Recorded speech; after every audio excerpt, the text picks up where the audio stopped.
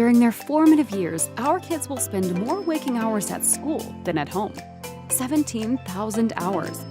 That makes me think hard about the school I choose for my child. Of course, we all want a school that offers an academically rigorous experience, where our children are challenged to be scholars and are given numerous extracurriculars and opportunities to explore. But that's not all I want for my child.